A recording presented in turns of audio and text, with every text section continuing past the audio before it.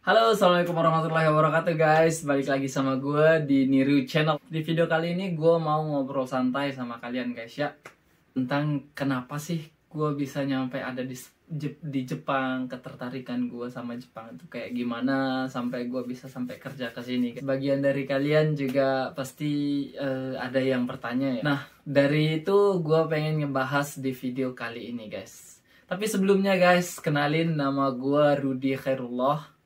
Dan gue biasanya dipanggil Rudy. Sekarang tuh gue umurnya 23 tahun guys ya. Kalau kalian penasaran sama video ini, tetap tonton, tetap stay, jangan di skip. Oke, let's go.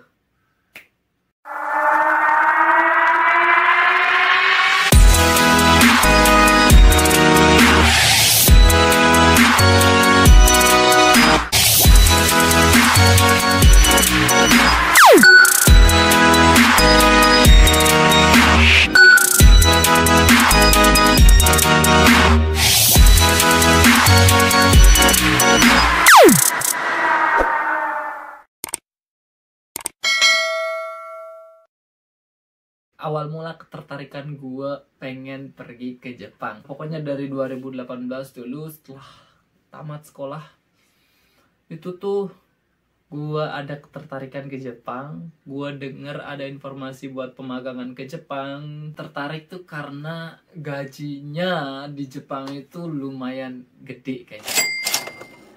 Jadi tuh tempat diselenggarainnya ini guys, itu pelatihan pemagangan ke Jepangnya itu di Sumbawa Barat guys, di KSB. Pergi ke Taliwang buat tinggal di sana buat belajar bahasa Jepang dasar sama matematika dasar sama kesemaptaan. Karena gua dulu itu ikut program IM Jepang guys. Itu dilaksanakan sama pemerintah guys. Setelah 3 bulan ini belajar, akhirnya gua pergi tes di Mataram, di Lombok Barat guys ya, tes matematika dasar, pemetaan, dan gue lulus juga.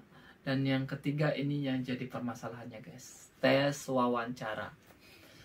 Gue tes wawancara, oke, gue udah nyadar memang di situ guys, kayaknya gue bakalan gagal nih. Ya kenapa? Karena setelah gue baca-baca ini detailnya guys ya, persyaratan buat pemagangan ke Jepang itu untuk tamatan SMA, ternyata itu harus umurnya 19 tahun 6 bulan yang ikut lewat jalur pemerintah gitu guys ya.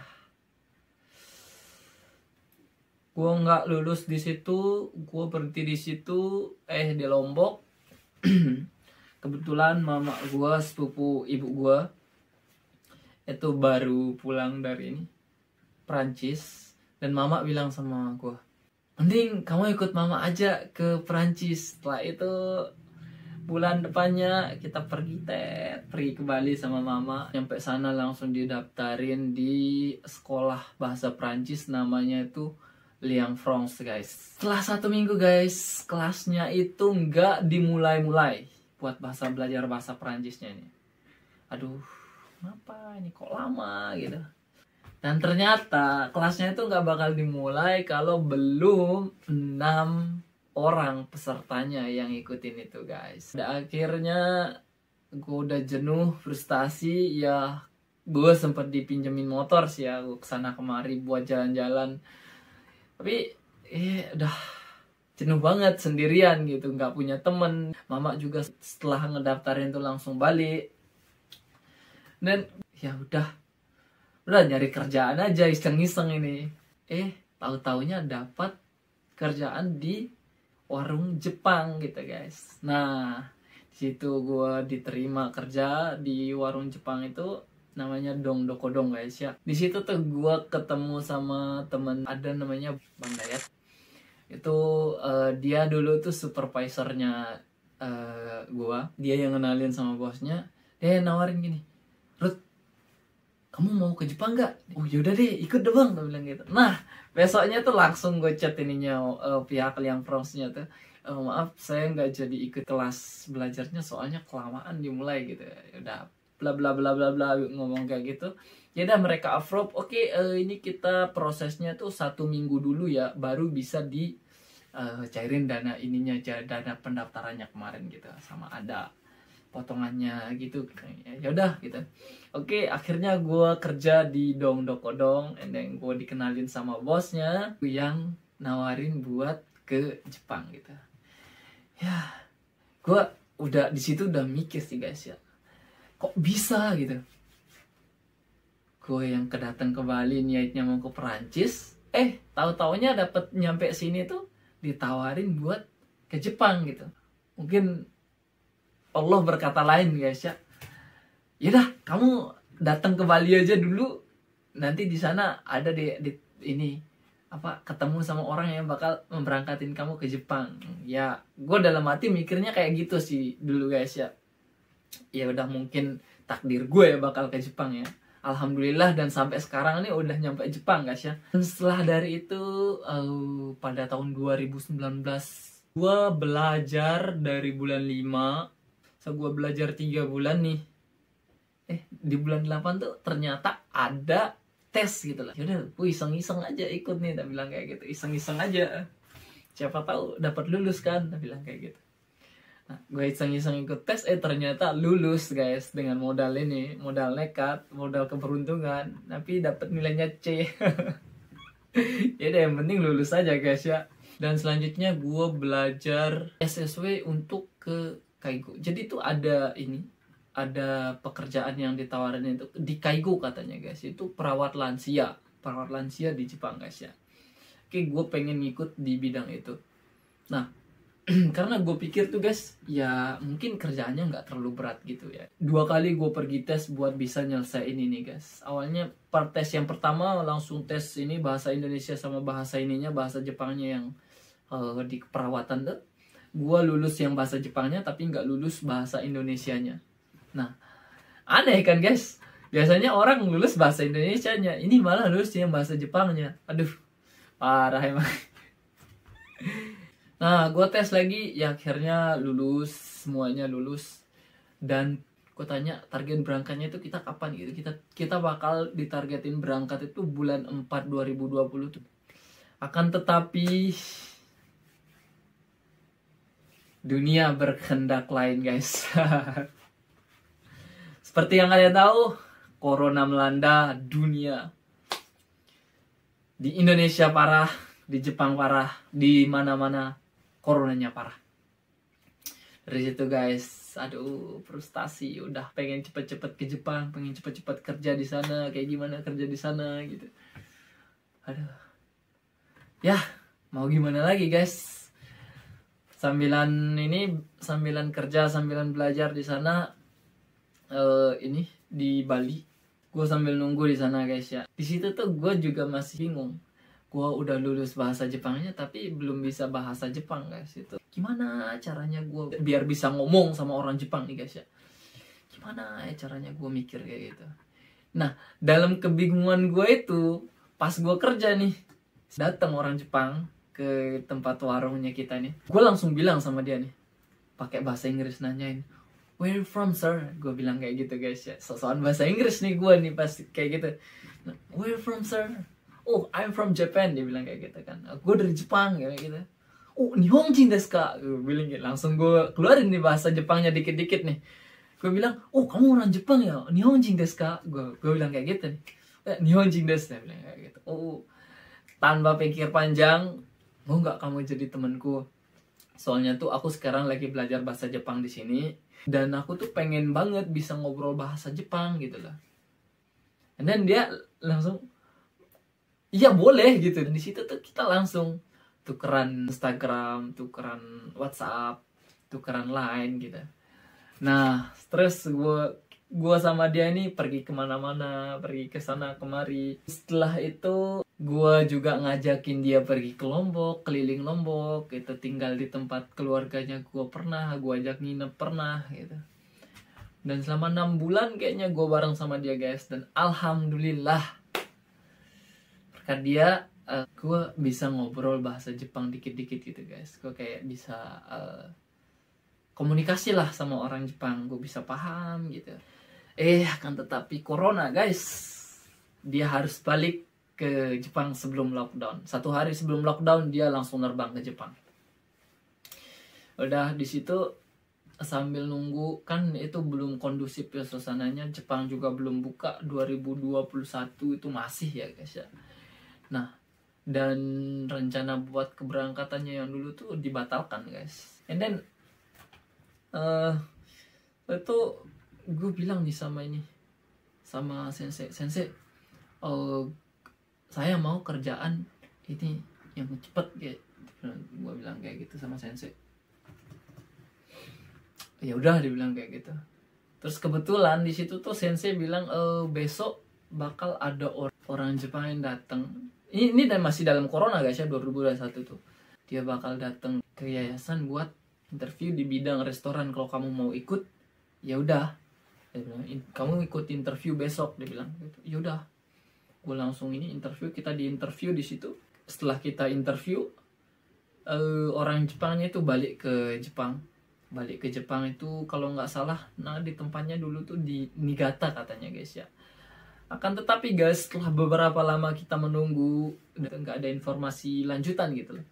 Nggak bisa kontak dia, soalnya di wilayah Niigata tuh masih di lockdown katanya kayak gitu guys ya.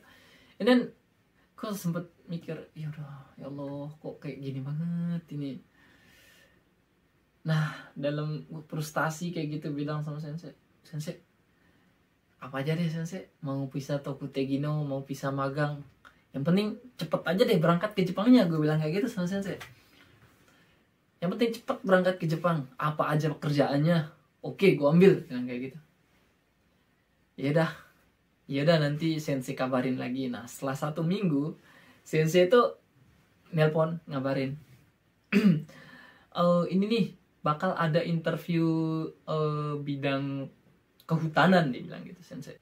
Ya udah, gue tanpa pikir panjang langsung ngobrol sama orang tua, keluarga. And then keluarga bilang, ya udah kalau seandainya kamu oke, ya udah oke aja, dia bilang kayak gitu. And then gue langsung bilang sama sensei, ya udah sensei, saya ikut sensei. Nah, dan minggu selanjutnya gue ikut interview. Dan di kehutanan ini itu kontraknya tuh cuma 1 tahun guys, makanya gue pengen ikut karena 1 tahun. Karena di sini tuh kita bisa langsung pindah ke Tokutegino setelah nyampe sini guys, setelah habis kontrak yang 1 tahun ini. Ya ibarat jembatan buat ke Jepang aja sih guys, gitu menurut gue, kayak gitu sih guys ya. Dan kita tuh kebetulan dipilih cuma 5 orang. Ya kalian tahu ya, geng kapak yang kepilih tuh geng kapak ini nih ya. Kita berlima dipilih buat kerja di kehutanan ini. Setelah beberapa bulan nunggu, kontrak datang 2 bulan nunggu lagi, COE-nya datang, kita langsung buat visa. Dan kemarin 2023 bulan 3 tanggal 24 kita akhirnya nyampai ke Jepang guys. Nah, nyampainya ini nggak langsung kerja guys. Kalian sendiri lihat ya. Kemarin gue ngupload video yang awal dari berangkat dari Indonesia ke Jepang. Gue buat videonya guys ya. Dan itu tuh gue nggak langsung di tempat kerja guys. Gue tuh di Senta. Itu tuh tempat Gakkonya itu tempat belajar bahasa Jepang. Itu sekolah tempat belajar bahasa Jepang. Tata cara kita hidup di Jepang kayak gimana, sama adab buat kerja di sini tuh kayak gimana gitu. Nah di situ tuh kita belajar selama 1 bulan guys. Nah yang kemarin kan gue sempat bikin video perpisahan sama orang-orang yang di sekolahnya itu. Ya sedih banget guys ya, cuma biarpun 1 bulan tapi sangat berkesan banget. Banyak yang kita dapet, yang kita diajarin. Gue kerja di sini 1 bulan, alhamdulillahnya guys ya, alhamdulillahnya tuh gue dapet temen-temennya itu humble, baik, welcome guys ya. Dan waduh, kayak mungkin ini balasan penantian panjang. Mungkin Allah bilang kayak gini, oh kamu harus kesini dulu, kamu harus nunggu, dan kamu harus kesini dulu, temu orang-orang ini dulu, baru kamu ke tempat yang lainnya. Mungkin Allah bilang kayak gitu guys ya. Dan alhamdulillahnya gue bersyukur banget ya guys ya. ketemu sama teman-teman yang di sini, mereka tuh baik banget. Kalau kita kesusahan dibantuin, mau kemana dianterin gitu. Dan baik banget mereka guys, serius sumpah baik banget. And then buat kerjanya sih guys ya, kalau kerjanya tuh dibilang capek ada capeknya, dibilang santai ada santainya. Nah, and then kayak gimana guys ya? Gue tuh di sini sama teman-teman, awalnya itu kerjanya itu nggak tertekan gitu. Intinya kita kerjanya itu seneng gitu, seneng sama kita ngerjainnya itu dengan ikhlas gitu guys. Jadi kayak gitu guys ya. Ada juga yang nanyain kayak kultur shocknya tuh kayak kan di Indonesia sama di Jepang tuh beda banget guys ya. Di Indonesianya itu dengan cuacanya yang berbeda banget, cara hidup orangnya itu beda banget. Yang nanyain beberapa dari kalian yang nanyain kayak gimana kultur shocknya di situ, dibilang kayak gitu kan. Ya kultur shocknya itu cuman menurut gue tuh pertama itu di suhunya guys ya. Aduh, parah guys. Di awal kesini itu, pas ke Jepang itu guys, itu bulan 4 kemarin itu, bulan 3, bulan 4 tuh kemarin tuh, itu dinginnya ya Allah. Baru pertama ngerasain yang suhunya 8 derajat Celcius. Belum musim ini guys, belum musim salju, musim dingin. Udah kedinginan kayak gitu. Padahal musim semi datangnya, musim sakura kemarin. Parah. Ya mau gak mau ya dikit-dikit menyesuaikan. Jadi kayak gimana guys ya dibilangnya, ya biarpun kayak gitu, intinya tetap bersyukur sama kuat aja gitu guys, kuat mental. Gaya hidupnya orang sini ya, pertama di sini harga bahan baku makanan tuh lumayan mahal. Biaya hidup di sini juga lumayan mahal. And then ya sepinter-pinternya kita ngatur lah guys ya, sesuai kebutuhan lah, sesuaikan. Dan satu lagi di sini tuh orang kayak nih, kita nih ada di bangunan ini banyak kamar segala macam di sini tuh. Kita tuh kayak nggak tahu apakah ada nggak orangnya itu, apa ada nggak adanya orang itu kita nggak tahu guys. Soalnya tuh di sini tuh bertetangga itu kayak nggak ada tetanggaan guys, sendiri gitu guys. Dan kebetulan gue di sini tuh tinggal satu kamar sama bosnya, sama Irhas. Gue tinggal sama Irhas satu kamar. Dan kamar sebelahnya sana tuh ada mereka bertiga. Buat kayak kesannya gue kerja di sini, tinggal di Jepang tuh selama 2 bulan kayak gini, gue seneng-seneng aja di sini guys. Gue seneng-seneng karena kita juga punya sepeda, mau kemana kesana kemana itu kita ini pakai sepeda ngegoes gitu. Dan kayak kalau kita mau pergi ke tempat jauh, kayak kita mau mancing segala macam itu kayak kita dianterin, kita diajak pergi gitu loh. Ya mudah-mudahan kedepannya tetap sama seperti ini, dengan suasana seperti ini guys ya orang-orangnya. Apalagi sekarang mau musim panas guys ya, dan katanya tuh panasnya minta ampun guys. Ya nanti aja kita rasain ininya guys. 1 bulan lagi itu mungkin udah mulai ini musim panasnya guys. Buat kalian nih guys, datang ke Jepang ini pengen kerja, entah pengen liburan, entah pengen apa itu, intinya gue tekenin yang pengen kerja nih, satu, pertama kalian harus bisa bahasa guys. Bahasa ini penting banget guys, bener-bener penting banget. Soalnya kenapa guys, kalau kita nggak bisa bahasanya itu, kita tuh pertama nggak tahu apa yang mereka omongin, nggak tahu apa yang mereka arahkan ke kita buat kita ngelakuin ini itu tuh menurut gue tuh penting banget guys. Jadi kalian harus sebelum kesini tuh benar-benar harus belajar, benar-benar fokus, serius. Jangan sampai main-main guys, serius guys. Ini dari gue nih, kalian harus bisa bahasa Jepang sebelum kesini. Ya intinya nggak usah terlalu ini pinter lah. Intinya kalian setidaknya kalian paham apa yang mereka perintahkan, paham mereka apa yang mereka iniin, arahkan ke kalian gitu guys. Soalnya kita tahu sendiri ya, banyak kasus-kasus pembulian, kasus-kasus ini dari teman-teman kita orang Vietnam guys ya. karena gitu guys, ternyata itu karena keterbatasan bahasa guys, komunikasi. Jadi komunikasi itu nomor satu guys. Intinya kalian tetap sabar, kalian tetap serius belajar, dan tetap semangat guys. Jangan menyerah. Ingat, selagi kalian mau, pasti ada jalannya guys ya. Oke. And then di sini nih guys, sudah 2 bulan. Kadang-kadang gue bingung mau buat video apa guys ya. Mau ngebuat video ini juga awalnya gue bingung mau ngomong kayak gimana. Ya udah, gue ngomong-ngomong aja kayak gini ke kalian. Kalau kalian suka ya alhamdulillah, kalau enggak ya maaf guys ya. Soalnya gue baru pemula banget di YouTube kayak ngebuat video kayak gini. Untuk kedepannya guys, kalau seandainya ada yang pengen nge-request, kayak gue mau buatin konten apaan nih. Kan gue berada di Ehime sekarang nih. Di tempat kerja gue tuh namanya Ehime, prefektur Ehime, wilayah Matsuyama gitu guys. Dan seandainya kalian ada mau nge-request ini guys, mau nge-request gue buatin video apa gitu, kalian tinggal tulis aja di kolom komentar mau dibuatin konten kayak gimana. Cobain konten ini bang, cobain konten ini Ruth. Itu kalian boleh request langsung di kolom komentar guys ya. Kalau seandainya gue bisa wujudin, gue bakal buat. Kalau seandainya gue belum bisa wujudin, ya mohon maaf guys ya. Soalnya gue tuh di sini kerja 1 bulan tuh liburnya tuh cuma 6 hari guys. Ya gitu dulu sama gue guys. Mungkin videonya agak panjang, gue ngomong panjang lebar kayak gini-gini. Intinya